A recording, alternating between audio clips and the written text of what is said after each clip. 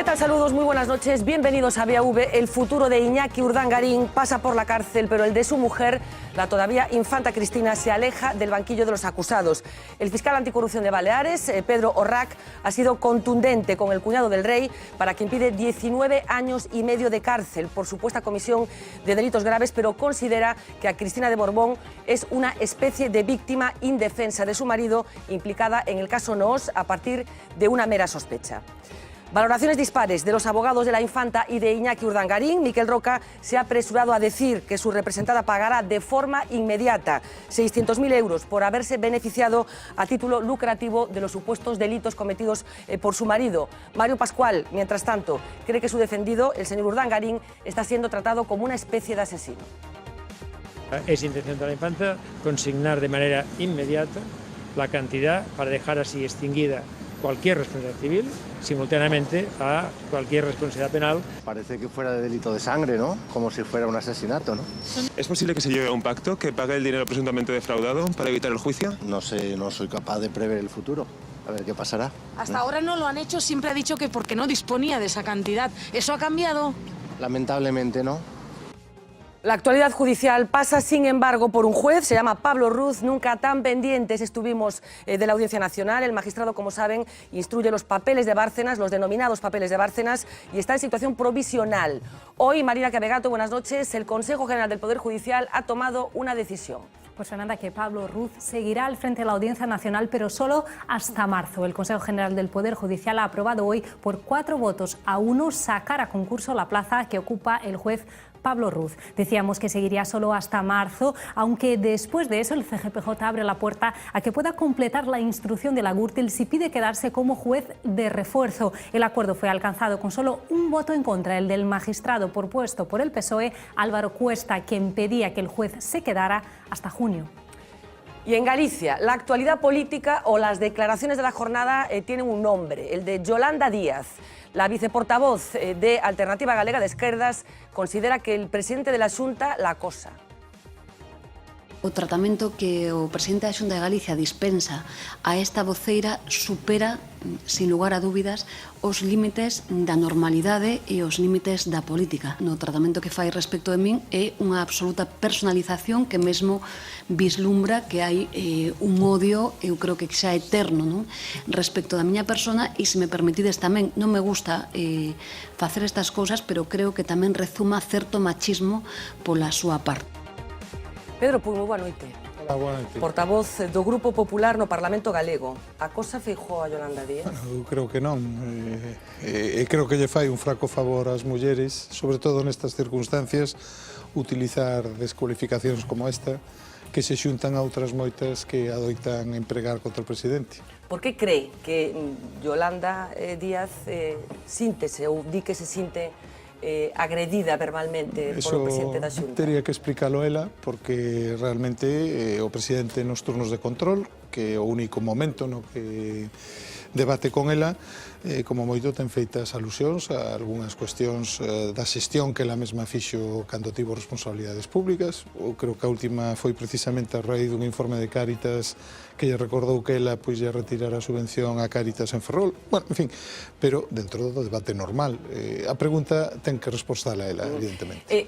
Está cómodo nestes momentos no Parlamento, Pedro Puy, polo tono que polo menos moitas veces temos a sensación que se produce nos debates? Bueno, eu, como todo o mundo pode comprobar, no Parlamento estáse utilizando unhas formas, unha linguaxe que non é propia, nin contribúe, creo eu, en absoluto a resolver os problemas de verdade que ten a xente. Bueno, eso non nos fai sentir cómodos a moitos. Eu creo que a maioría dos diputados non nos sentimos cómodos cando o debate pois se limita a cuestións de descualificacións o argumento pois prácticamente non ten lugar, non? Quen ten a culpa deso? Porque a oposición asegura que dende a bancada popular as cousas fanse polo baixiño. Non, eso non é certo. E creo que ademais hai constancia diso. O Grupo Popular, en algún momento determinado, algún diputado en medio dun follón pode decir unha palabra máis alta que a outra. Por outra banda, eso, como sabe algún dos nosos acompañantes esta noite, sempre existiu. O que é distinto é o permanente clima de enrarecemento de acoso persoal. Recentemente o diario La Voz publicaba todos os cualificativos que se dedicaron ao presidente, e mesmo algúns, bueno, realmente pois non son incomparables, non? Hai algún que lle ofenda a vostede personalmente? Bueno, a min personalmente non me ofenden. A min o que me parece que ofenden ao Parlamento, e que o Parlamento está para debatir, para argumentar, mesmo sabendo que cada un vai a votar o que vai a votar, pero non está para descualificacións personais, e, polo tanto, eu creo que o que lle faltan é a institución.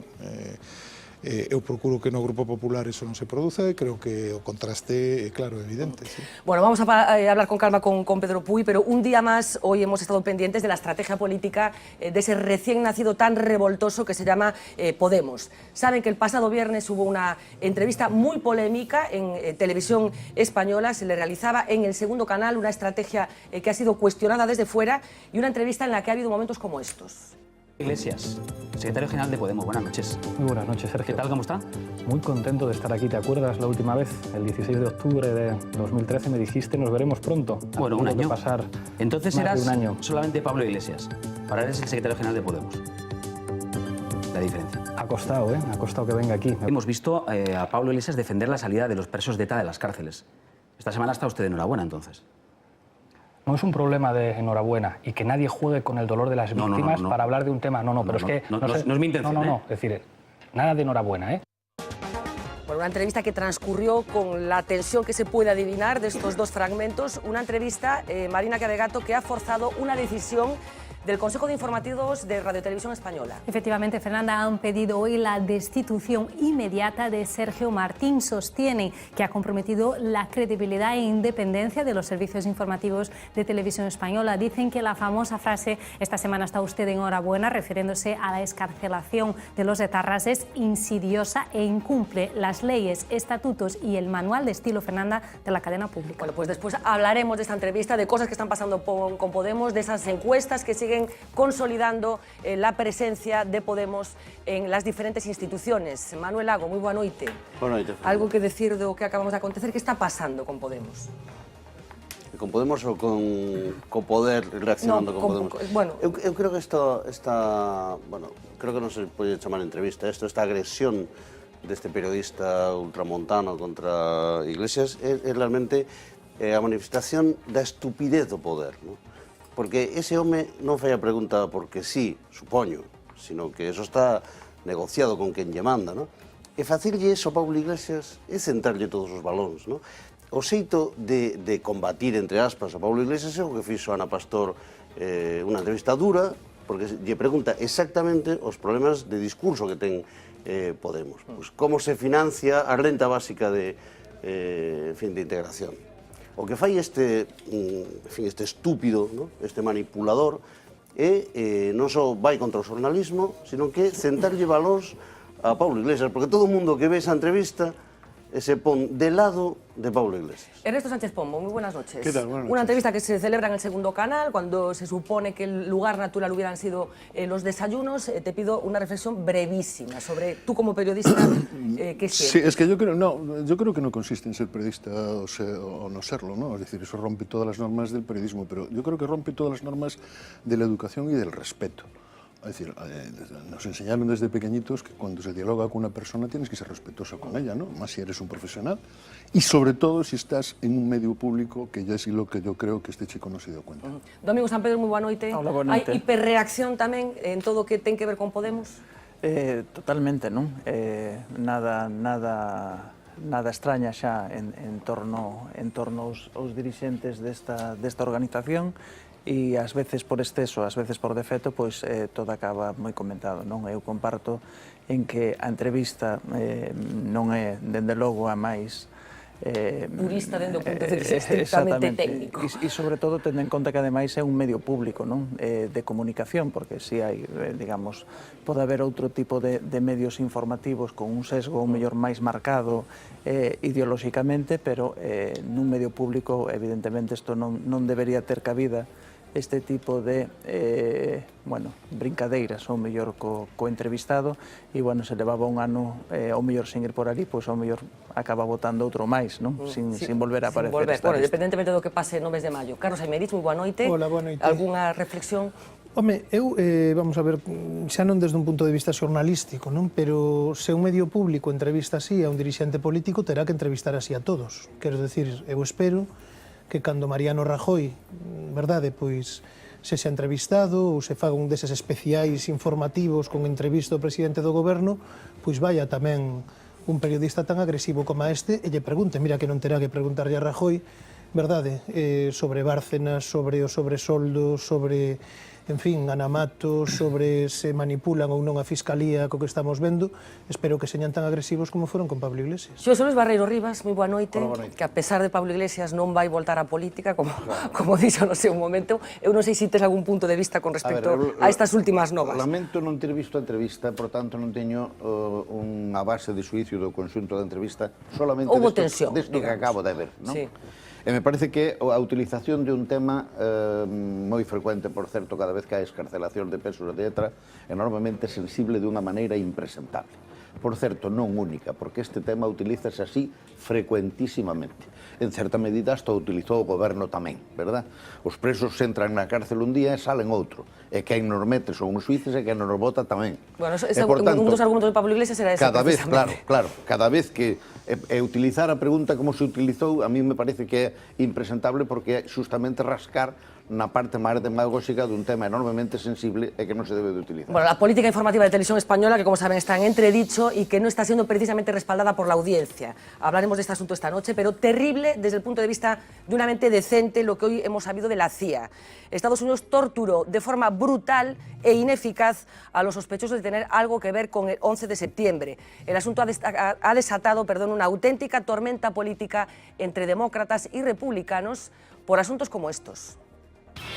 Privación de sueño, hasta 7 días y medio sin dormir. Posturas estresantes, por ejemplo, amarrar al preso a la pared con un collar. Walling, arrojar al sospechoso contra un falso muro. Encierro con insectos, meter al detenido en un cajón con insectos. Waterboarding, ahogamiento simulado vertiendo agua sobre la cara del preso sin llegar a la muerte. Un breve catálogo de las torturas que habrían practicado los miembros de la CIA con personas sospechosas, digo sospechosas, sin haber sido juzgadas de haber participado en los atentados del 11S. Y quédense con esta imagen porque dice mucho del tipo de economía en el que vivimos. Hoy ha llegado a Madrid el primer tren directo de mercancías procedente de China. Ha recorrido, quédense con la cifra, 13.000 kilómetros. Es la ruta ferroviaria más larga del mundo. El convoy ha llegado cargado de productos chinos que abastecerán a los diferentes bazares que existen en España y la idea es que retorne cargado de productos españoles en una experiencia que de momento es piloto, pero que pretende consolidarse. Ahí vemos a la ministra de Fomento dándole empaque, digamos, a la llegada de ese tren, asistiendo al momento en el que llegaba a Madrid ese tren procedente de China. Como decía, 13.000 kilómetros ha recorrido el convoy. Bueno, cosas que tienen que ver con este nuevo mundo en el que vivimos y vamos a hablar de momento de mundos más próximos. Como les decía, hoy nos acompaña Pedro Puy, portavoz del Grupo Popular en el Parlamento, una Cámara en la que pasan cosas como estas. Aquí a oposición o único que lle interesa é o Salsa Rosa, o Sálvame de Luz. Ese Sálvame de Luz é unha cousa onde falan de bolsos, de agasallos, de relacións perigosas. Eu xa sei o que teño que facer. Que non sabe nin dirixir unha cámara, compórtese. Señora Díaz. Nunca seremos como vostedes, nunca queremos ese tipo de prácticas. Temos moita máis vergonza da que teñen vostedes e dende logo non temos a súa desesperación. Eso que lle quede claro tamén. A ética do Código Siciliano, esa é a súa ética. Esa expresión vai a ser retirada do diario de sesión. Sí. E ten a consiguiente chamada orde. Vostede é unha incompetente porque pasea el bolso e los tacones por la consellería. Non sabe o que pasa na súa consellería. Creo que como mulleres falar de certas cousas non está moi ben. E pídolle que o retire. Non o faga aquí. Leveo directamente donde, si ten o que hai que ter, donde o debe de levar. Lévelo vostede, denúncielo así. Retiro, que estamos na mesma... Retiro. Retiro. Si tengo que hay que te retiro. Por Dios me libre que soy consellera, no puedo decir esas cosas. No, ya está. Retirado, que las conselleras no. Señora presidenta, coa venia. Fajardo, porque é a última pregunta, se non o votaba do pleno. Porque non faga o favor. Faga o favor. É que está a piques de que o vote para o próximo pleno, que sabe que o podo facer. Os traballadores, señor Fajardo, a empresa, perdone, conselleira, que vai vostede a abandonar o hemiciclo e non vai a volver hasta ni siquiera o próximo pleno. E vai a perder a súa condición de diputado se non abandona inmediatamente. Faga o favor. Artigo 108 do regulamento. Continúe, conselleira. Abandone o hemiciclo. Sí, ahora.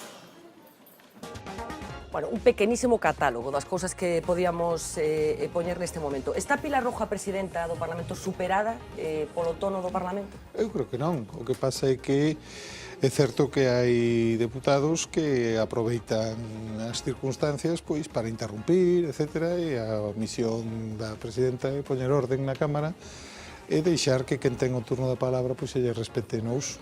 Pero onde está o límite? Porque sí que ás veces dá a sensación de que a presidenta non é quen de poñer orden no galiñeiro.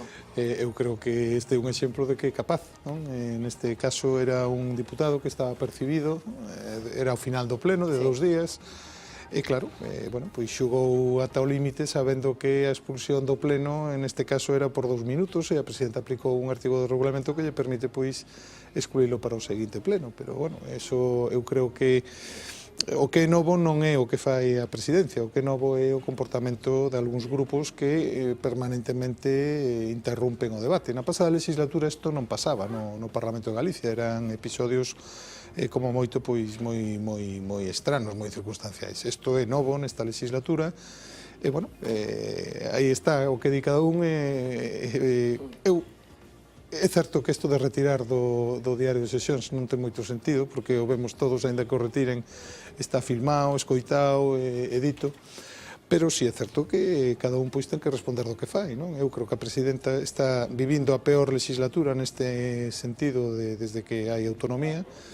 En outros tempos había debate duro político, pero non había este tipo de argumentacións pois personais, e a presidenta pois aplica o regulamento como pode. E ela como está? Supoño que ten a oportunidade de despachar ou de falar con ela habitualmente, quero dicir. Eu sin negarlle a importancia que teñen estes acontecementos, eu quero dicir tamén que isto non é habitual. A culpa dos medios, non me diga. Non é dos medios, en absoluto, pero é certo, por exemplo, neste pleno aprobamos por unanimidade, prácticamente, se mal non me lembro, fomos todos os grupos os que apoiamos a tramitación dunha lei para apoiar a dignidade dos enfermos terminais, por exemplo, non? Ese foi Eso un debate... tamén o destacamos. Sí, agora estamos falando destes incidentes, o que quero dicir é que este non é o ton habitual, o que si é certo é que diputados compregan con certa frecuencia e que se comportan no Parlamento como se estivesen nunha asamblea de facultade, e non é exactamente o mesmo, non? Porque o Parlamento, entre outras cousas, ten un regulamento que permite que o debate vaya por unhas canles de educación e de respeto aos tempos de cada un, etc. O sea, que non se está cumprindo o regulamento? Pois evidentemente se cumpre cando a presidenta ten que aplicar unha sanción, en este caso tan dura como esta que acabamos de ver. Hai un asunto que eu non sei hasta que punto ven tensionando aínda máis as relacións entre os diferentes grupos que están presentes no Parlamento galego. E a famosa Operación Z que levou a moitos parlamentarios a facer unha pregunta concreta. Quen dorme en Montepío? Imos ver. O seu amigo íntimo, señor Pachi Lucas, que sei que dorme moitas veces en Montepío. Hai conseguidores que dormen en Montepío. Coabre portas que durme Seica en Montepío. Alguén ten medo a que un amigo do presidente que acostuma a pernoctar en Montepío comparezca perante este Parlamento. Pregúntolle de novo polo conseguidor. Era recibido en Montepío, que non é unha residencia privada, sino oficial. Si yo tengo en plantillas un mejor amigo que duerme muchas veces en Montepío, lo mínimo es avisarme, tienes pinchado el teléfono. Isto é o que digo, señor Gerardo Crespo, de vostede, señor Feijóo. Ten dereito a oposición a preguntar quen durme na residencia oficial do presidente da Xunta? Eu creo que a oposición ten dereito a elexir a forma que fai a oposición. En este caso concreto estamos vendo que elexiron unha forma de oposición que é de ataque personal ao presidente en base a afirmacións que están contidas nun sumario moito máis longo, que di moitas máis cousas e que, bueno, pois eles prefiren utilizar desta maneira. Eu creo que eso non é positivo, eu creo que eso non consigue nada. E creo que é unha forma desafortunada de facer política, pero eso que o terá que enxuizar ao final son os cidadáns. Sí, pero non me contestou. Ten dereito a oposición a preguntar quen durme nunha residencia que non é unha residencia privada, o decía o voceiro do Partido Socialista, é unha residencia oficial. A oposición pode preguntar sempre que cumpra os trámites regulamentarios o que queira, do mesmo xeito que o goberno pode contestar tamén o que crea conveniente. Este é o xogo parlamentario, pero insisto, cada un é responsable da política e das preguntas que quere facerlle ao presidente, claro. Por que non queren facer un pleno monográfico sobre este asunto, que sí que ven pedindo a oposición e que vostedes non queren que se celebre? Non, non é correcto. O presidente xa anunciou que vai a comparecer na Cámara para falar de algunhas medidas. Non hai data, entre outras cousas, porque, como é ben sabido, nós temos unha comisión de estudo de prevención da corrupción. En estes momentos, despois do encontro entre o señor Besteiro e o presidente da Xunta, se lle pasou ao Grupo Socialista un listado de posibles propostas coa intención de que eso se avance conxuntamente, non? En estes momentos estamos á espera disto e, evidentemente, o goberno ten a capacidade tamén de decidir o momento que considera oportuno para comparecer sobre estas cuestións. Hai unha persoa, un nome que ten que ver con isto que estamos falando, que é o famoso Pachi Lucas, segundo algúns, o conseguidor desa famosa trama Operación Z. Eu non sei se a vostede, como voceiro do Grupo Popular no Parlamento, lle gustaría que o presidente do goberno galego explicara cal é a súa relación con Pachi Lucas, ou considera que non é oportuno nin necesario. Non, vamos a ver, o primeiro que hai que decir é que este señor, que o señor Lucas, non está nin imputado, nin, polo tanto, digamos, hai ningunha sospeita sobre el, posto que se non estaría imputado, xunto cos outros 20 e tantos que o están neste procedimento, non? Polo tanto, eu creo que utilizar un sumario que di moitas cousas. Eu non coñezo o sumario, pero hai xente que o ten visto e que me di, por exemplo, que hai afirmacións concretas de funcionarios que din que o problema é que os de arriba non se deixen, por exemplo.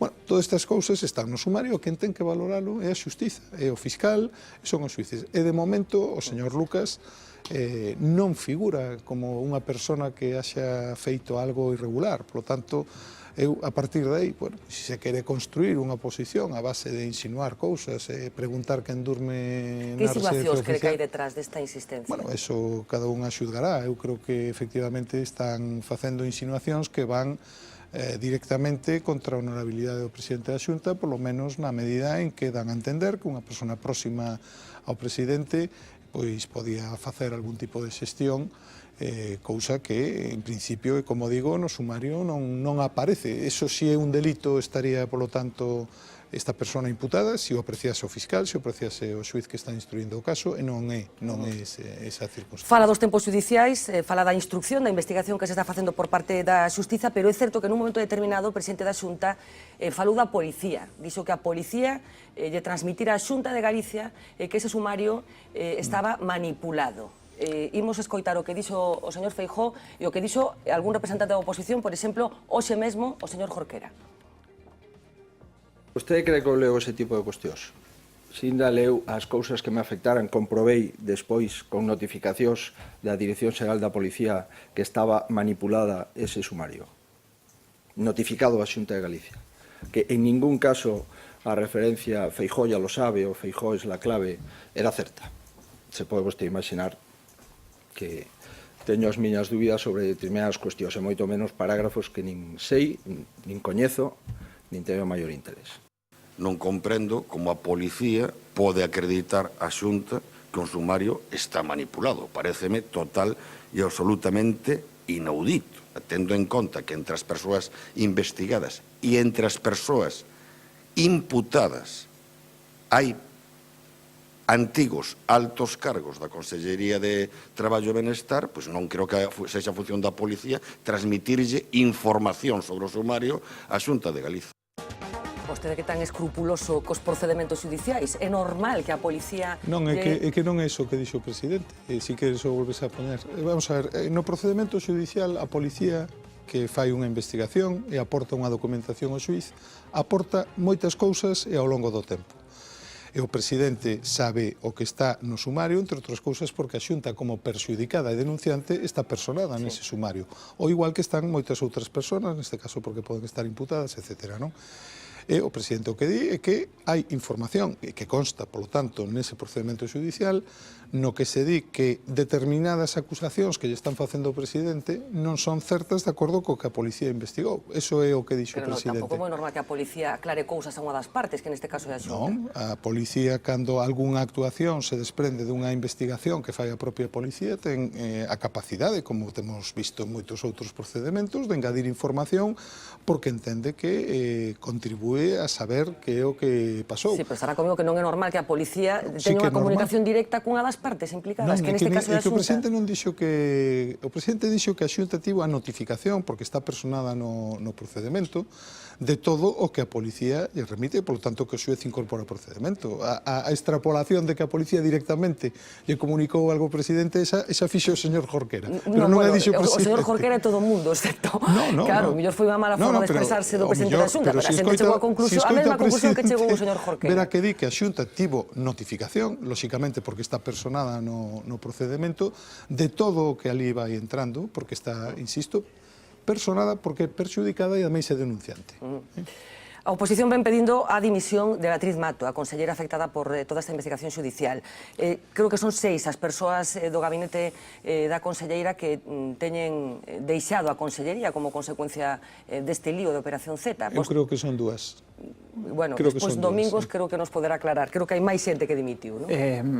Bueno, que foron removidos das posicións que tiñan o mellor jefatura de servicios, non significa que o mellor deixen a consellería. Entendo eu que ese 6 persoas afectadas, digamos. 5 tiña entendido eu. 5 persoas afectadas. Do total da Xunta que ni siquiera todas están nesa consellería. En calquer caso, hai quen sostén que aquí realmente hai unha crise de goberno encuberta, por lo menos dentro da consellería. Non sei se vostede cree que a oposición ten dereito a pedir a dimisión de Beatriz Mato. Non, vamos a ver, a oposición, insisto, pode pedir o que queira. O que sí é certo que neste caso a Xunta denunciou un fraude de subvencións que é o que hai detrás. Podemos darlle máis voltas, pero o que hai é, polo que coñecemos, un conxunto de persoas que obtiñan unha subvención da Xunta que utilizaban para enriquecerse e non para a finalidade que se lles daba a subvención. Fraude de subvencións que, desgraciadamente, non é pouco usual.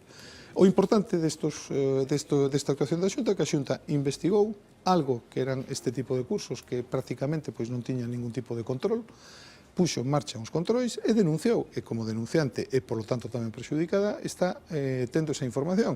Agora, no sumario aparecen algunhas persoas, e esas persoas non están na Xunta. Por lo tanto, eu creo que pedir a dimisión de Beatriz Mato me parece un tanto excesivo. E polo menos ata que saibamos exactamente o que pasou. A conselleira do único que é responsable de investigar e de denunciar unha actividade de fraude de subvencións que, ademais, por ser referida ao que os cursos de formación para desempregados, pois ten un pouco máis de agravante social. Repugnante, digamos. Bueno, os cidadáns están convencidos de que vivimos nun país corrupto e o que indican as enquisas que se fan últimamente. Vostede que cree? Que o sistema é corrupto? Que o sistema de partidos favorece a corrupción? Eu creo que España non é distinta de outros países nisto. Sí, pero eso non nos contenta. Non nos contenta, pero tampouco nos debe de levar a pensar que somos os máis corruptos do mundo, porque non é verdade. Precisamente na enquisa do CIS, que acaba de sacar sobre esta cuestión, é certo que hai un 60% de cidadáns que din estar preocupados, pero cando se lles pregunta se a eles les afecta, a porcentaxe cae 8%, non? Quero decir que é verdade que estamos nun momento moi complicado, están emerxendo moitos casos de distinta índole, non? Que algúns afectan, lóxicamente, a persoas que tiveron responsabilidades públicas, é lóxico que a xente este preocupada. Estamos moi preocupados aqueles que estamos na actividade pública e que non temos nada que ver con ese tipo de actividades, porque ademais hai unha tendencia a generalización que resulta, así, bastante desagradable e incómoda, pero o certo é que hai un problema que hai que buscar solucións e que en todo caso se está resolvendo pola actuación do xudicial ou das distintas institucións. Claro, pero hai un certo consenso e eu aquí nesta mesa, por exemplo, o señor Barreiro, un día que lle pedín porcentaxes concretas de cartos de procedencia sospeitosa dos que manexan os partidos, sigue habendo un consenso de que hai un problema que ten que ver ca financiación dos partidos e que hai unha porcentaxe elevada deses cartos que os partidos non son capaces de xustificar a súa procedencia. E isto parece ser que sigue sendo así. É así? Eu non o sei, que non sei nada de financiamento dos partidos, o que si é certo é que... Pero que impresión ten? De que siga habendo un problema grave con isto? É que moitos dos casos que coñecemos de corrupción teñen que ver, directa ou indirectamente, con fórmulas de financiamento dos partidos, e o que si é certo é que en Galicia o presidente propuxo, entre outras medidas, avanzar cara a unha financiación exclusivamente pública e que os financiamentos privados sexen exclusivamente as contribucións dos afiliados e dentro dun límite, lóxicamente, non? Exclusivamente de persoas físicas, non? Eso é algo que xa ten tamén proposto o Partido Popular a nivel do conxunto de España, porque ademais é unha competencia estatal.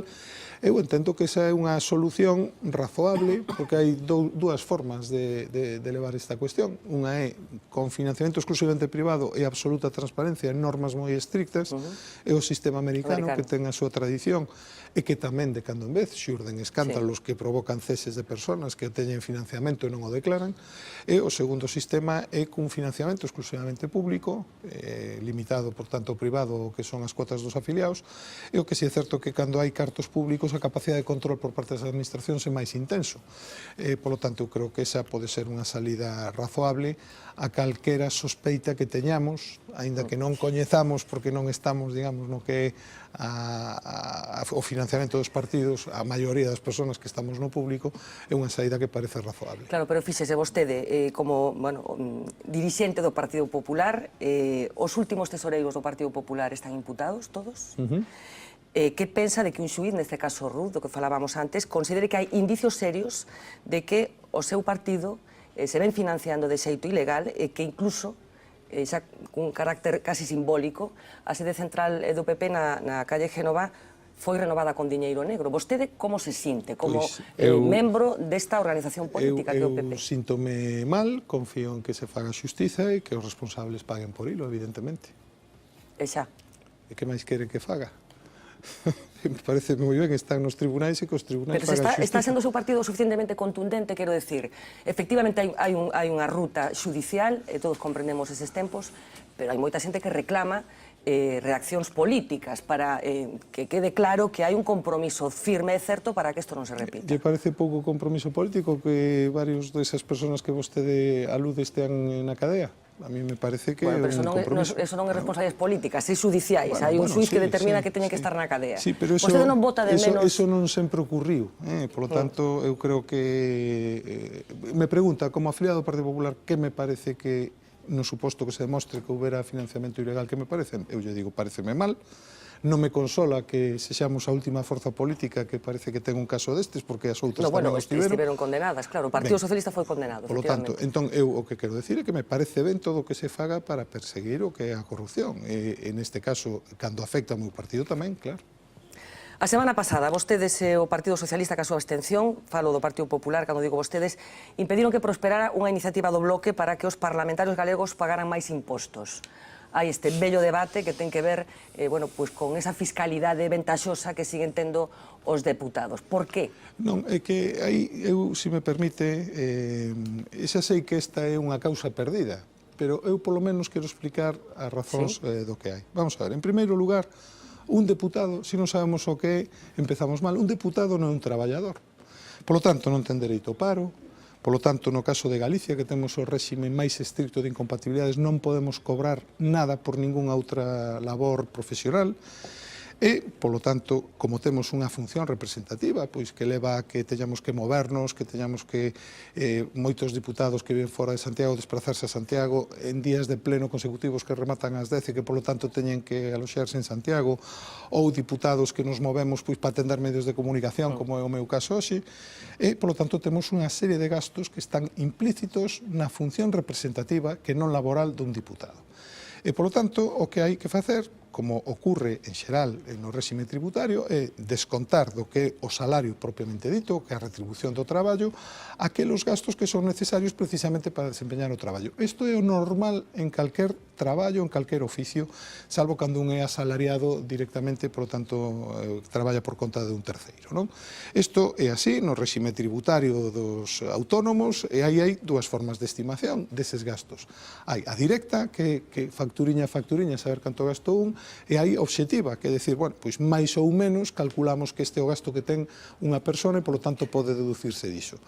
A señora que presentou esa emenda e que agora ven de presentar unha PNL recoñece que hai que xustificar gastos e que hai gastos implícitos na función representativa.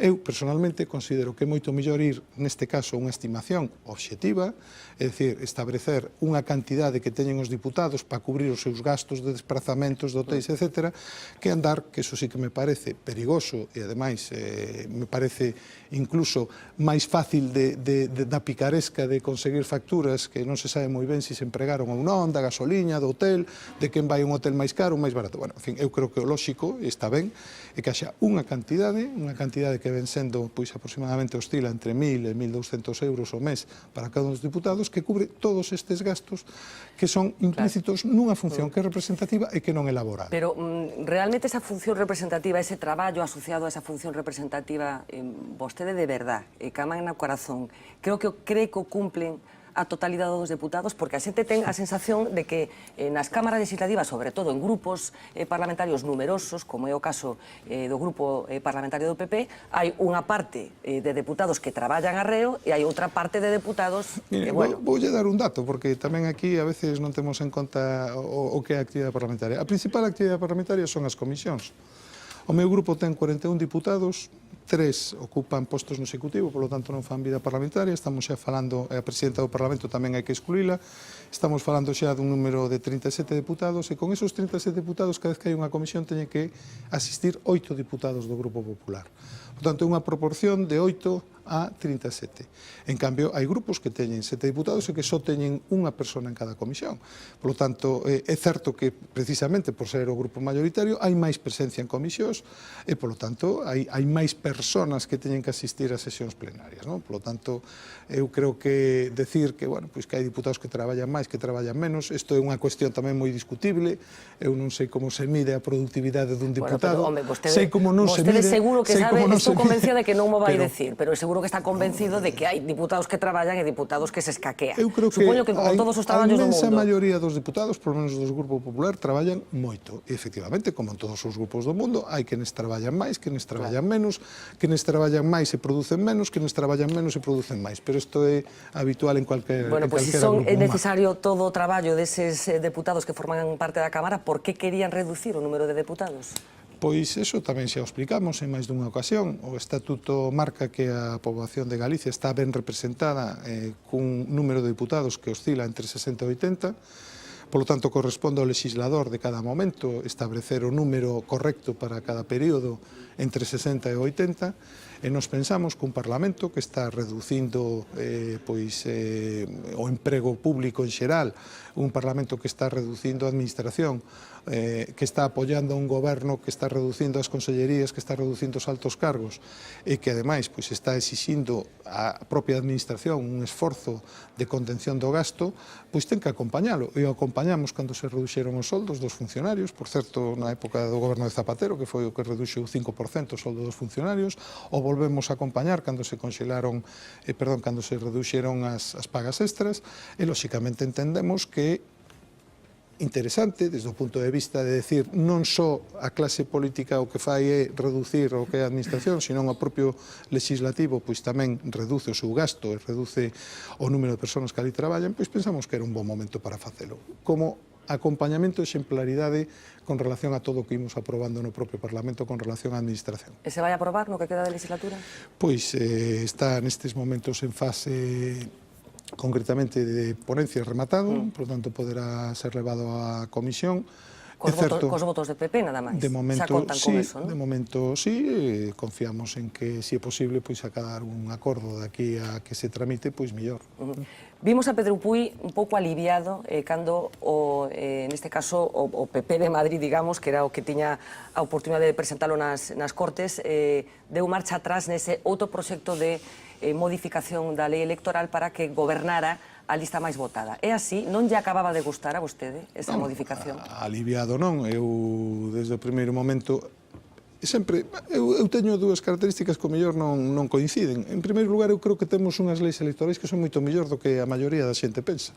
E creo que o noso sistema electoral, como todos, é mellorable, pero está funcionando razoablemente ben. Desde logo non vai a funcionar mellor con moitas das ideas que xurden cada día e que creo que non van a contribuir a que mellore a representatividade do noso sistema, nin mellorar a gobernabilidade, nin cousas destas. Por lo tanto, eu creo que en liñas xerais o sistema electoral español é correcto, e, por lo tanto, son conservador, se me permite decirlo. Creo que está funcionando razoablemente ben e, por lo tanto, que non se deben de introducir grandes modificacións.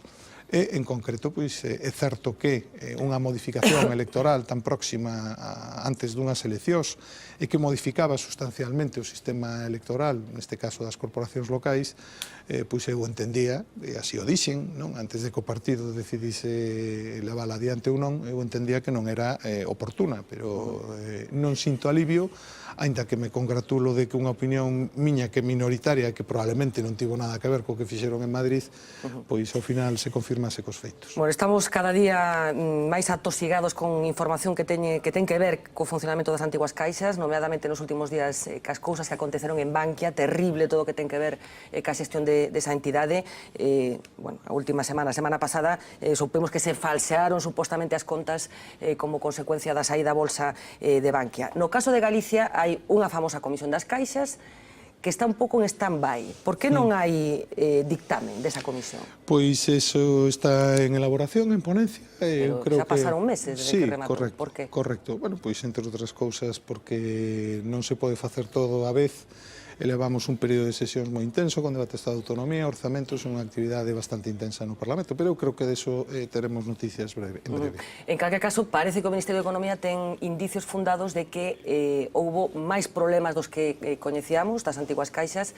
Se fala en concreto de decretos inmobiliarios irregulares que se concederon naqueles tempos. Realmente, dende o Partido Popular, foi toda unha sorpresa o que ten que ver co que estaba acontecendo na trastienda das caixas? Vamos a ver, para min, se lle digo a verdade, a principal sorpresa, e creo que nesto tamén están empezando a coincidir moitos, foi a incapacidade do regulador de controlar este tipo de abusos, non? Eu creo que o que máis nos decepcionou a moitos, que tiñamos casi, digamos, unha veneración por unha das institucións máis importantes do noso Estado e da nosa economía, que era o Banco de España, estamos moi sorprendidos de ver como ocurriu coas caixas galegas, no prazo corto dun mes, o que era solvente deixa de selo, ou de ver como despois de ter ali 20 ou 30 inspectores en Bankia, descubren agora co atouro pasado, descubren que había créditos que eran incluso propios de ser levados aos tribunais, que é o que está facendo FRO. Eu creo que esa é a principal sorpresa que temos. Evidentemente, se a un lle sorprende que o fiscalizador non fiscalice e un confía en que esas cousas non pasan porque o que ten que fiscalizar funciona, pois tamén non se deixa de sorprender do outro. Pero a mí personalmente o que máis me sorprendeu foi o comportamento do Banco de España en todas estas cuestións. Foron desleais os dirixentes das antiguas caixas ca Xunta de Galicia e por extensión con Galicia?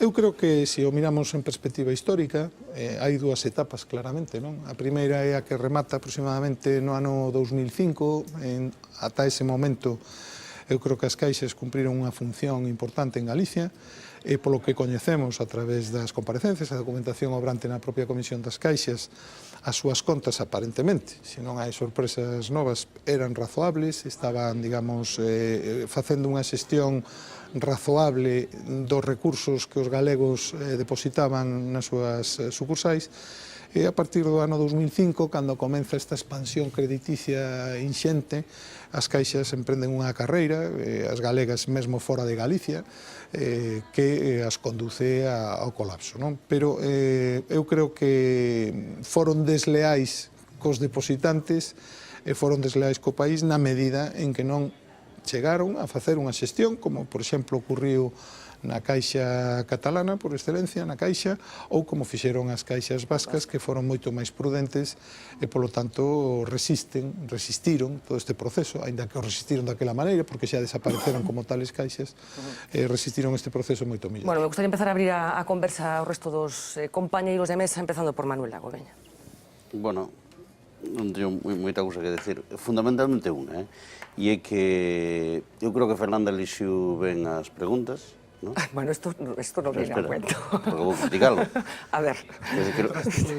Creo que le exiches ben as preguntas, porque eso é o que lle preocupa a maioría dos ciudadanos, pero que é depresivo, porque todas as preguntas son de funcionamento do Parlamento que nos ten aburridos os ciudadanos dun xeito insoportable. Eu estou hasta arriba de oír falar da zeta, da corrupción, dos broncas no Parlamento, e en realidad, si teño que facer alguna pregunta sería que non vai do Parlamento de Galicia que lle fale aos traballadores de Alcoa ou aos traballadores de Megasa, que non vai no Parlamento de Galicia ou no Goberno que lle fale aos traballadores do Naval, esos que iban a estar construindo flotéis e agora están en paro, que non vai dentro do Goberno para acabar con esa situación dramática das persoas que están en risco de pobreza no país. Todo o que nos preocupa a varios millóns de galegos teñen oco. Moitos millóns non somos, Varios millóns. Baixando, pero ainda varios millóns. Ten oco no Parlamento de Galicia. O Parlamento de Galicia é, como reflicte Fernanda nas súas preguntas, eso ou hai espacio para a vida real das persoas? Claro que hai. Eu, por comenzar polo último tema, estamos aprobando uns orzamentos que inclúen a pensión non contributiva máis alta de todas as comunidades autónomas. Só 4 comunidades autónomas prestan esa contribución non contributiva, as pensións, ese complemento. Estamos coa partida de Risga, é dicir, a renda de inserción social de Galicia, que prácticamente duplicou os seus fondos desde que hai crise. Estamos, lóxicamente, traballando en moitos aspectos do ámbito social. De feito, que hasta o informe de Cáritas famoso di que en Galicia é unha comunidade onde hai menos persoas en risco de pobreza e onde a taxa de pobreza é a menor de todas as comunidades autónomas. Por lo tanto, eu creo que sí que hai oco para todas estas cuestións. Por parte do Naval, que é certo que é unha preocupación que temos desde hai moito tempo, de feito que incluso este estancamento que tivo a economía galega no último trimestre pode atribuirse casi en exclusiva tanto ao sector do automóvil, que en Galicia descendeu ventas, e ao estancamento absoluto do sector naval, e nomeadamente dos asteleiros de Ferrol. Bueno, pois estamos desde o primeiro día, recordemos todos os debates sobre o TASLIS, como a Xunta instou, como o propio presidente da Xunta foi a Bruxelas para conseguir desbloquear o do TASLIS, como finalmente este goberno aprobou un novo mecanismo do TASLIS que hoxe mesmo Bruxelas, porque tamén foi denunciado polos holandeses, pois contestou dicindo que era legal. Por tanto, eu creo que sí, que no Parlamento fanse moitas cousas que afectan a vida diaria. Eu confío en que sexa para ben, como estes casos que acabo de mencionar. Xosé Luís. A ver, eu teño unha idea do Parlamento que ten que ser unha Cámara moi movida. Fun un diputado duro no seu día, e sigo crendo que os debates teñen que ser, non teñen que ser contemplativos. Sin embargo, creo que a parte do insulto é insoportable, e creo que ademais embarra de unha maneira extraordinaria o debate no Parlamento, a actividade do Parlamento, pero sobre todo transmite á ciudadanía un tufo impresentable. Eu creo que eso non se pode resolver pola vía do regulamento, non se pode resolver por un intento de poñer orden a quen utiliza esa linguaxe. Eu creo que o Parlamento ten que tomarse moi claramente a estrategia de que non pode ser rentable esa linguaxe, de tal maneira que, así como o goberno ten a obligación de comparecer a cada pregunta, non ten a obligación de explicar nin de estenderse en cada resposta, máis alá da medida en que o diputado demanda efectivamente información e non está utilizando a técnica da pregunta para xenerar un estado de conflito permanente. Eu, por tanto, creo que quen se equivoca nesta estrategia é o goberno, que non debe de responder a eses diputados nesa dialéctica donde sempre leva o diputado... Pero se ti foras o presidente da Xunta, un diputado, neste caso Xosé Manuel Veigas, se achegara ao teu escano e petara nel, ti que farías? No, a mí non me importaría nada, pero non lle contestaría. Quero dicir, non subiría a contestarlle o millor en toda unha legislatura. É dicir, o presidente da Xunta ten a posibilidade de delegar nun conselleiro, no máis tatexo, verdad, a súa resposta. Eu non volvería a subir a ese diputado mentre non recibira a disculpa correspondente, en defensa da miña posición de diputado, en defensa da posición institucional do presidente da Xunta. Iso pódese facer e eu creo que se debe de facer. A ver, Domingos. Sí, bueno, boa noite, señor Puy, logo de vernos xa pola mañán. É a súa segunda legislatura como deputado, como portavoz do Grupo Popular. O presidente Feijóo vai camiño xa de encadenar 6 anos como presidente da Xunta e sabe que pola vía dos feitos está se impoñendo unha limitación de mandatos en determinados postos. Pasou así 2 mandatos con Aznar, 2 mandatos con Zapatero, é dicir, o propio Monago en Extremadura estaba reivindicando eso, fixar un tope de 2 mandatos. Eu quería preguntarlle de forma moi concreta si no caso de que o presidente Feijóo poda estar como dos varóns territoriais do partido con máis proxección en caso de que este chamado a outras responsabilidades fora de Galicia, se no futuro podemos ver ao mellor outra vez a un Fraga competindo pola presidencia da Xunta. Vou a citar a Fraga. Unha vez, xa que menciona, unha vez, me parece que era cando voltaba unha vez morto Franco da Embaixada de Londres, lle preguntaron se el aspiraba a presidir o goberno de España. El dixo, mire, esa pregunta non lle vou contestar, porque se lle digo que sí, parece un ambicioso, se lle digo que non, non son un político bon, entón non lle vou contestar. Bueno, conto a anécdota porque mencionou vostede a Fraga, esa pregunta eu creo que se contesta por si soa. Primeiro, falta moito tempo para as eleccións. Segundo, eu creo que iso non é un principio que se cumpra. Hai moitos alcaldes que levan moitas legislaturas, hai moitos presidentes de comunidade autónoma que levan máis de 2 legislaturas, hai algúns que só aguantaron unha legislatura, hai outros que levan 2 medias legislaturas, como é o caso catalán. Por tanto, eu creo que o presidente Feijóo está pensando no que está pensando, que Galicia estamos prácticamente, bueno, xa superamos o Ecuador da legislatura, pero está pensando... Pero a vostede lle gustaría que fora outra vez candidato, Feijóo? Aquí a presidencia da Xunta? Eu creo que eso, a min a título personal, eu creo que sí, porque entre outras cousas as enquisas así o poñen de manifesto, e tamén os ataques personais da oposición á figura de Feijóo. Eu creo que Feijóo é un dos activos máis importantes que ten o Partido Popular nestes momentos en Galicia. Ernesto Sánchez Pombo. Sí, para non facer, para que non me diga Manolo que fago unha cousa deprimente, facemos que todos son temas deprimentes, pero eu sí estou bastante de acordo, señor Puy, de que os parlamentos están bastante alonxados da sociedade. Eu creo que o que se debate nos parlamentos realmente a señora que ten un marido no paro e que ten os fillos sin traballo, lle preocupa bastante pouco. Pero vai-me permitir que nos vayamos de Pedrafita para lá. Respósteme a 2 cousas, señor Puy. Como cree usted, ou se cree usted acertado, que se está enfocando ben o problema de Cataluña e o problema territorial de España? Eso en primeiro lugar. En segundo lugar, usted é tamén dos que pensa que a Constitución non ten por que ser reformada?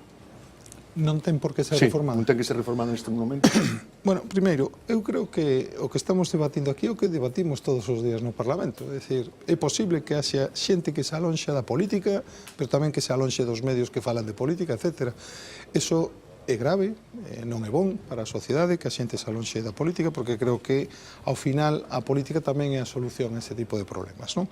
En segundo lugar, vamos a ver, o problema territorial é certamente moi complicado. Eu, por ir rápida a solución, eu diría, primeiro, que eu creo que tiña razón era Azaña, que co problema territorial hai que convivir, porque algo propio dunha nación como a española, que está composta de moitas nacionalidades distintas que, ademais, arelan distintos niveis de autonomía. E terceiro, eu creo que Mariano Rajoy precisamente porque está adoptando esta postura de convivir co tema, o está facendo razoablemente ben, porque non está contribuindo a que se exacerbe aínda máis o problema. Había unha enquisa estes días que decía que o público español en xeral decía que Mariano Rajoy estaba sendo moi tibio, en cambio os cataláns decían que estaba sendo moi duro con Cataluña. Bueno, eso quere decir que está indo por un sendeiro, pois digamos, de moderación que contribúe na medida posible a calmar un debate que desde logo non ten solución pola vía da reforma constitucional. Eu que creo que a Constitución, como toda obra humana, é perfectible, e se falan os técnicos constitucionalistas aínda é moito máis, creo que o valor que ten a nosa Constitución é que é froito dun acordo político entre forzas políticas e non un diseño de expertos que fan pois un traballo de laboratorio. 40 anos, Hai 40 anos, pero é certo que nos seus alicerces, desde logo, calquera das solucións que se están poñendo para solucionar o problema catalán non é aceptado porque nos plantexan o problema. Isto que se chama reforma para federalizar a Constitución, que sería falar de 2 ou 3 retoques da nosa norma constitucional, non moito máis. Eu, en principio, estou de acordo. Mesmo o Partido Popular tamén estivo de acordo cando o presidente Zapatero levou o Consello de Estado, o Consello de Estado fixe unha serie de propostas federalizantes do noso texto constitucional. Por exemplo, unha, incluir o nome das 17 comunidades autónomas na Constitución, como ocorre en outros países federais. Sin embargo, aquilo aparcouse, entre outras cousas, porque eso non satisface ou non resolve o problema que temos agora en riba da mesa, que é basicamente o problema catalán. Por lo tanto, eu, reforma da Constitución, non teño ningún problema de falar dela, claro que melloraría a Constitución se nos poñemos de acordo en avanzar en algúns terreos. O problema é que coa reforma da Constitución é evidente que non se vai a solucionar a pretensión daqueles que o que queren é rachar coa Constitución mesma, rachar co que é a unidade política que establece a Constitución, a unidade de España como un Estado independente, claro. Faltalle seducción a Rajoy con Cataluña? Ben, eso non sei. Bueno, porque estamos falando de parte deste asunto ten que ver con sensacións, con sentimentos. Eu creo que o problema non é a falta de seducción de Rajoy. Eu creo, e aí comparto unha tese que tamén non é común no Partido Popular, que poden compartir moitas persoas que non son.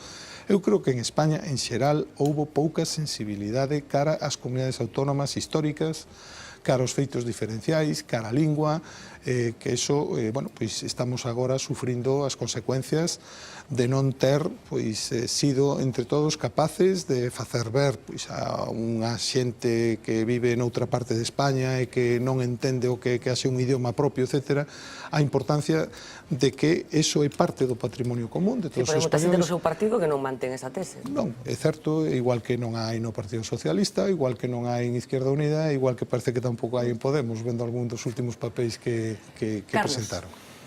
Sí, vamos ver, eu podo compartir o que se decía de que estas imaxes que se dan do Parlamento poden ser deprimentes, pero eu confeso, tamén compartín con Pedro Puy Parlamento, falamos bastante, eu como portavoz do Bloque, el como portavoz do Partido Popular, eu confeso que para min o máis deprimente é que temos un goberno que non ten proxecto de país, é dicir, temos un presidente do goberno seguir as rodas de prensa despois dos consellos da Xunta, ver o que se aproba neses consellos da Xunta, que é nada, e ver as comparecencias de Feijóo, e que un di, bueno, este señor é unha especie de xornalista, é un comediante, está pensando a ver cando collo billete para Madrid para pasar o fin de semana, enganchar o luns, dar ese almorzo informativo que normalmente engancha, non? Claro, para mí é preocupante iso. Entón, ahora está o problema da Alcoa. Bueno, pois outro día estiveron os traballadores e Feijóo dixo, bueno, pois hai que falar co ministro de Industria, oiga, pero vostede está defendendo os postos de traballo industriais neste país que se están destruindo. Vostede é consciente de que no último trimestre a evolución do emprego e do PIB en Galiza diverxe absolutamente coa evolución do conxunto do Estado. Ten algunha política para tallar iso? Acabamos de ver datos, tanto do Instituto Galego de Estatística, antes, non? Tamén sobre a situación da lingua galega, pois tampouco hai ningún tipo de política, non? É preocupante, pero non hai ningún tipo de política. Entón, eu creo que o problema empeza a ser ese. Desde a oposición, a min constame, en concreto, desde o Bloque Nacionalista Galego, que se están levando eses problemas ao Parlamento. Que sucede? Que claro, aquí o que non está, Pedro Puy quizáis nisto non concorde comigo, pero creo que o problema é que que había que regular as preguntas ao goberno de outra maneira. Non pode ser que as preguntas se formulen unha semana antes, ou máis dunha semana antes. Non pode ser que se poda mentir impunemente no Parlamento e que iso non supoña ningún tipo de responsabilidade política para quen minte. Non pode ser que haxe un goberno que di e que non hai contratos de Dorribo, desapareceron dun almacén. Oiga, os contratos se teñen sempre un duplicado que ten intervención da Xunta. Vostede terá que traer os contratos de Dorribo. E claro, eu entendo que estas cuestións son deprimentes, pero que temos un presidente da Xunta que nun ano, Marcial Dourado, Pachi Lucas, e nada, e ningunha explicación, nada. E claro, Pachi Lucas non está imputado, pero según declaracións do señor Crespo, que parece que financiou o Partido Popular na Coruña, cobraba 3.000 euros o mes da rede, verdade, da Operación Z. Entón, eu creo que como mínimo, señor Feijóo, no plano de responsabilidade política, terá que explicar que relación ten con ese señor. Eu non me meto na vida privada de ninguén, non me importa demais. Pero, home, que relación ten con él? Pedro Puy. Bueno, eu con Carlos efectivamente compartín o prazer, no caso de Carlos, de compartir a xunta de portavoces. Mutuos. Bueno, certamente xa o seu propio discurso pois marca unha diferencia. É dicir, Carlos Aymerich está cuestionando que existe un proxecto de país. Eu creo que existe. Ademais, existe un proxecto que está moi centrado no social no momento de crise e de apoio aos sectores productivos estratégicos. É o que falamos antes do naval, eu creo que é unha boa mostra diso, cando todos sabemos se hai algo no naval a quen se debe nestes momentos. Por certo, tamén fora das competencias que o presidente da Xunta aquí e tal. Ora, o que si é certo co que decía, eu quería precisar simplemente que na cuestión de Marcial Dourado compareceu o presidente e que, home, Carlos, eu me resisto, quen si está imputado o señor Crespo. E un imputado ten dereito a defenderse. Eu creo que facer do que diga unha persona que se está defendendo, cando ademais precisou nun medio local que de Coruña, que el non tiña ninguna constancia das cousas que se din do presidente, que era unha suposición que podía facer el, pero que el non tiña ninguna constancia, home, pois eu creo que eso pois non é o correcto.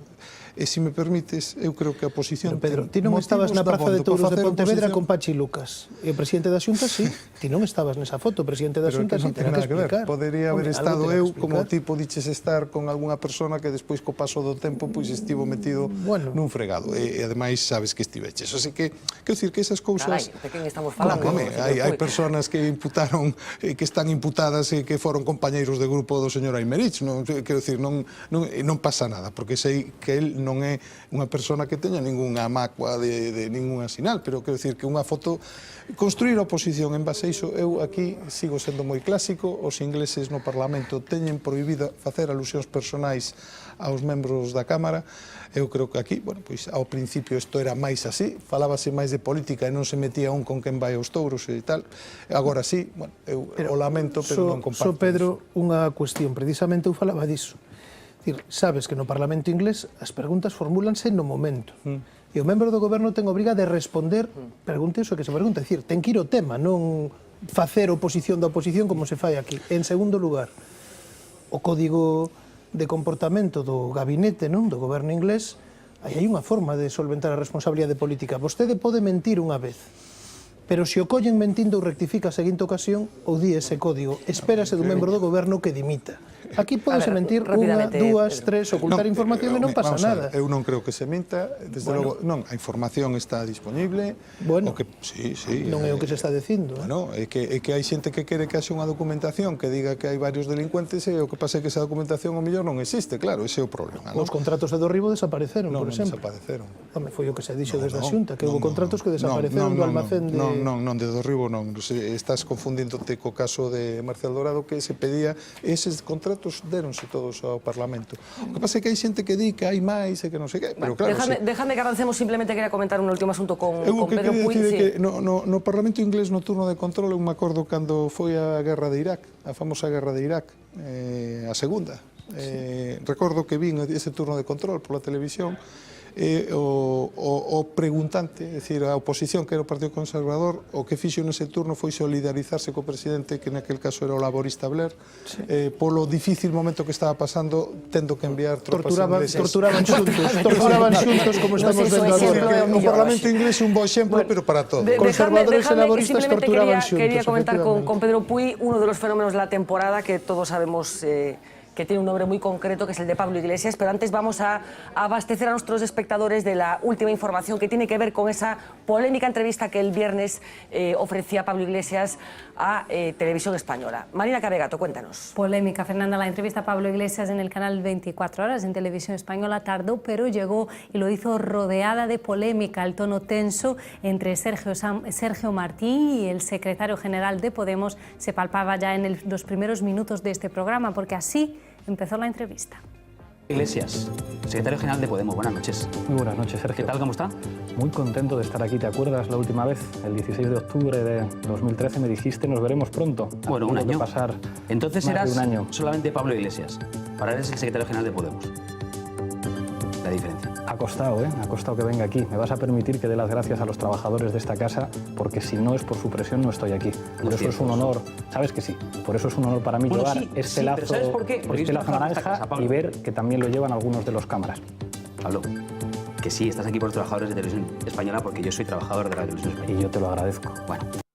A partir de ahí la entrevista se desarrolló siempre en ese mismo tono, en un tono muy tenso, ataques tanto de un lado como del otro, sonrisas irónicas y pullas que acabaron con múltiples trending topics en Twitter.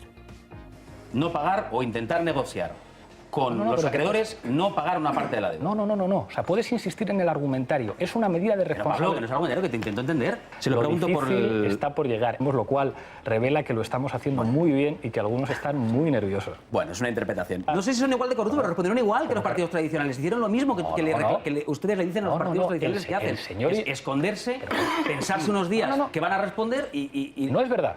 No es verdad. Yo he salido en la televisión, ¿no? Y es que eso se puede cuantificar, no es una discusión de yo creo que sí, yo creo que no. Yo he salido en la televisión todas las semanas. Aunque la pregunta de la polémica llegó al final de esta entrevista, cuando el director del canal 24 Horas le dice a Pablo Iglesias que está de enhorabuena tras la excarcelación de los presos de Tarras.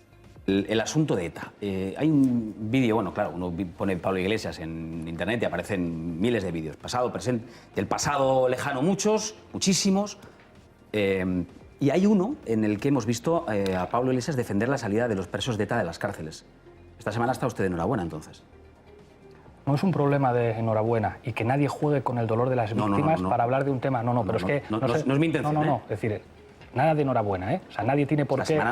Para quien no sepa por qué es la pregunta de esta semana hemos visto a varios terroristas de ETA con muchos crímenes a sus espaldas saliendo de las cárceles, por eso se lo he preguntado. Pero no es un problema de enhorabuena. El Consejo de Informativos de Televisión Española ha pedido el cese inmediato de Sergio Martín. Ellos sostienen que la forma como se hace la pregunta está en contra del manual de estilo y del Estatuto de Información de Televisión Española y ponen en duda la credibilidad, dice Fernanda, de esta cadena pública. Bueno, y piden la dimisión, como se ha dicho, de la persona que realizó esa entrevista, que es el responsable de la cadena. Además, simplemente por completar los apuntes. Estamos hablando de una cadena de televisión pública, Radio Televisión Española, que tiene problemas de audiencia también desde que se produjo el cambio de gobierno en el Ejecutivo. Vamos a recordar un momento que forma también parte de la historia de la televisión pública española. Todavía no se había producido el relevo al frente de los informativos. Había una periodista que se llama Ana Pastor, que era la responsable de los desayunos de Televisión Española. Entrevistaba a Dolores de Cospedal y escucho esto.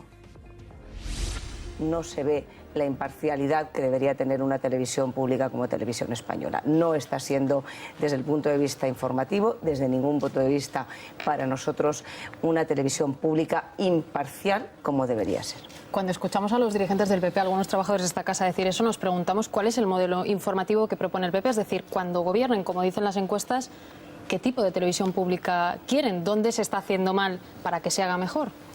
¿Cuál es el modelo? Pues mire usted, una televisión pública imparcial. ¿Pero cuál es el modelo? Es decir, Telemadrid, Canal Nou, Canal Sur, Castilla-La Mancha, exacto, en fin, podríamos elegir muchos casos. Pero una televisión pública pagada con los impuestos de todos los ciudadanos, la televisión pública nacional debería presumir de al menos sus servicios informativos, todos sus servicios informativos y sus instrumentos o sus programas de información política ser de una objetividad meridiana y de una imparcialidad meridiana. Y mire usted, aunque a algunas personas les moleste, sobre todo a los dirigentes de Televisión Española. Y a los trabajadores, se lo aseguro. Bueno, a unos les molestará y a otros estoy segura que no. También se lo tengo que decir. A otros estoy segura que no. A veces las informaciones de Televisión Española dejan mucho que desear en el ámbito de lo político. Bueno, yo le digo que para algunos... Esther, espera un momentito. Esther, espera un momento, que por alusiones creo que es bueno que respondamos. Para algunos sí que es un... No, pero yo le he hecho una lista, Esther, pero sí quiero que sepa que es un orgullo para los trabajadores, o por lo menos para mí lo es, y para otros muchos. Bueno, la discusión continuó y continuó. Después ya sabemos todos lo que sucedió. Quería saber el punto de vista de Pedro Puy en dos aspectos. Por una parte, en qué pasa en Televisión Española, pero qué pasa con las televisiones públicas y la vocación que los gobiernos tienen de toquetear las cosas que tienen que ver con estos medios, y por otra parte, con el ascenso de Podemos. Y ¿qué le parece ese partido? Dúas cuestións ben distintas. Eu creo que discutir nestas alturas nas que estamos sobre que hai imparcialidade ou non é moi complicado. É dicir, é certo que a pluralidade da sociedade fai que a imparcialidade veña da agregación de opinións distintas que se distribúen a través de distintos medios de comunicación, e que é o que permite que cada persona que accede aos medios... Pero non lle parece chamativo que acabamos de ver? Non, o que parece que sempre se está discutindo sobre a profesionalidade dos medios públicos e sobre a independencia... Estou dicindo que Televisión Española era un medio público que tiña o respaldo da audiencia, premios de calidade internacional, e que como consecuencia de determinados cambios está onde está. Tamén é certo que mudou moito o panorama audiovisual en España desde entón, etc. É dicir, non é exactamente o mesmo, como ben sabes ti, por outra banda, non? Eu creo que ese é un debate no que hai que ir cara, bueno, pois ao que se está indo en xeral, que a que haxa un respeto, digamos, ao que é a pluralidade da sociedade mediante participación que se pode medir en tempos de alguna maneira, pero que ao final este debate vai acompañarnos sempre, non? É dicir, isto é inevitable porque non existe a información absolutamente imparcial, non existe a información absolutamente obxectiva. Como moito, un se pode facer un criterio que é o propio, e que para un é obxectivo, pois tendo acceso a moitos medios de comunicación. Ben, eu creo que Podemos, dito rapidamente, é a manifestación do populismo que hai en outros países de Europa, que aquí pois ten esa forma concreta, que é un populismo, neste caso, de esquerda, e que, bueno, eu confío en que a cidadanía española pois non caiga na tentación de escoitar o que sempre, que agora chamamos populismo, pero que sempre foi a demagoxia, en sentido aristotélico, como sabe perfectamente o amigo José Luis Barreiro. A demagoxia é a manipulación dos sentimentos frente á razón, buscar os instintos básicos do povo en situacións complicadas, e a perversión da democracia. Iso estamos vendo en toda Europa como consecuencia da crise. En algúns sitios pois ten forma de movimentos de extrema dereita, ou que, bueno, ayornan a extrema dereita, como é o caso de Francia. Aquí temos movimentos de extrema esquerda. Pero non é un fracaso, unha constatación dun fracaso dos partidos convencionais, entre aspas? A constatación do fracaso é a propia crise. É dicir, o feito de que teñamos a crise que temos é a constatación de que no pasado quenes gobernaron España non souperon prever nin poñer as condicións para que esta crise tan profunda e tan fonda que temos, ademais distinta da que teñen os outros países, moito máis intensa na destrucción de emprego e na desigualdade, bueno, pois non foron capaces de poñer as ferramentas para evitala, non? Pedro Puy, moitísimas grazas por acompañarnos esta noite, un placer. Igualmente. Imos facer unha pequena pausa de publicidade, enseguida voltamos para falar de outras cousas do día.